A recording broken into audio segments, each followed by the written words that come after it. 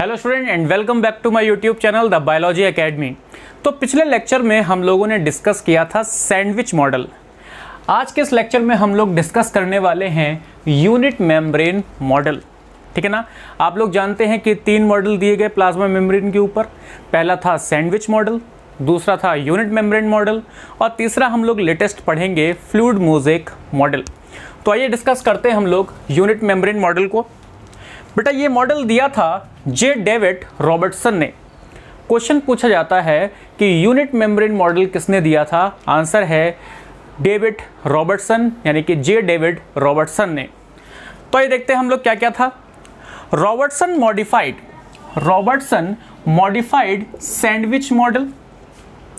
इनके अनुसार plasma membrane is made up of 4 layers.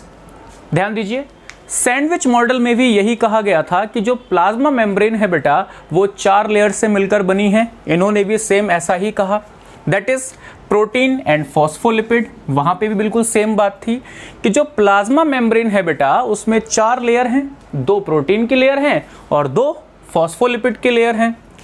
Arrangement of phospholipid same as sandwich model.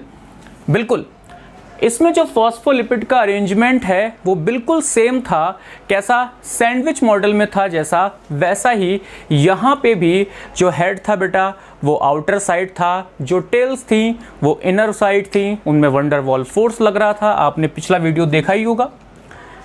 यहाँ पे देखिए सर जो चेंज है और बहुत ही ज़्यादा इंपॉर्टेंट है, इन्होंने कहा कि जो प्रोटीन है प्लाज्मा मेम्ब्रेन में, जो प्रोटीन है प्लाज्मा मेम्ब्रेन में वो अकॉर्डिंग टू सैंडविच मॉडल था अल्फा ग्लोब्यूलर, लेकिन इन्होंने कहा ऐसा नहीं होता।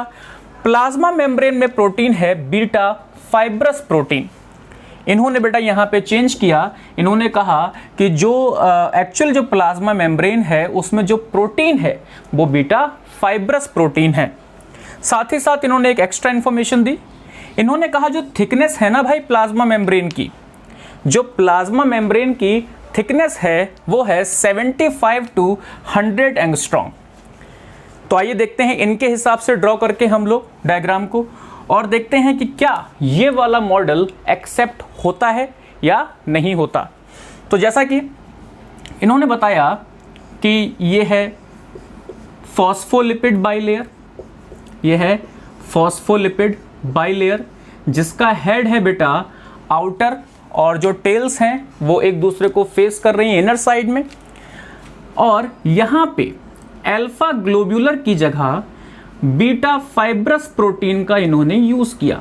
इन्होंने कहा जो प्लाज्मा मेम्ब्रेन है उसमें अल्फा ग्लोब्यूलर प्रोटीन नहीं है, इसमें बीटा फाइब्रस प्रोटीन है, जिसमें जो बीटा फाइब्रस प्रोटीन है उसका जो थिकनेस है वो है 20 एंगस्ट्रॉम और जो फॉस्फोलिपिड बाइलेयर है उसकी थिकनेस है 35 एंगस्ट्रॉम की। तो इनके अनुसार प्लाज्मा मेम्ब्रेन का डायग्राम कुछ इस तरह सा था, जिसकी थिकनेस बेटा कितनी थी, नियरली 75 एंगस्ट्रॉम। आइए हम लोग देखते हैं। अब देखो सर यहाँ पे फिर से इनके मॉडल को, जैसे हम लोगों ने प्लाज्मा मेम्ब्रेन को देखा था सैंडविच मॉडल में, वैसे ही हम प्लाज्मा मेम्ब्रेन को देखते हैं यूनिट मेम्ब्रेन मॉडल में, क्या ये एक्सेप्ट होती है या नहीं होती। तो सबसे पहले बात हुई यहाँ पे फैट सॉल्युबल सब्सटेंसेस की। अब फैट सॉल्युबल सब्सटेंसेस की बात हुई तो देखिए फैट जो है प्रोटीन से आराम से निकल गया, फॉस्फोलिपिड की लेयर से भी आराम से निकल गया और फैट जो है प्लाज्मा मेम्ब्रेन को पास कर गया। सैंडविच मॉडल में भी ऐसा ही था। तो यहाँ पे फैट जो है प्लाज्मा मेम्ब्रेन को पास कर गया। आइए देखते हैं जो वाटर सॉल्युबल हैं, ठीक है ना। जो वाटर सॉल्युबल सब्सटेंसेस हैं तो प्रोटीन में ना पहले दिक्कत थी पास होने में ना यहाँ पे है। हेड आप जानते हैं हाइड्रोफिलिक नेचर का है तो वहां से भी पास हो जाएगा, लेकिन यहाँ पे अगेन प्रॉब्लम आई टेल्स के लिए, ठीक है ना।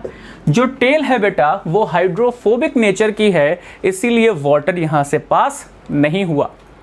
फिर पहली गलती बिल्कुल वैसी ही गलती जो सैंडविच मॉडल में थी। दूसरी गलती बेटा हम लोग जानते हैं कि जो प्लाज्मा मेम्ब्रेन का नेचर है वो डायनेमिक नेचर है, यहाँ पे इन्होंने कोई भी प्लाज्मा मेम्ब्रेन के डायनेमिक नेचर की बात नहीं की।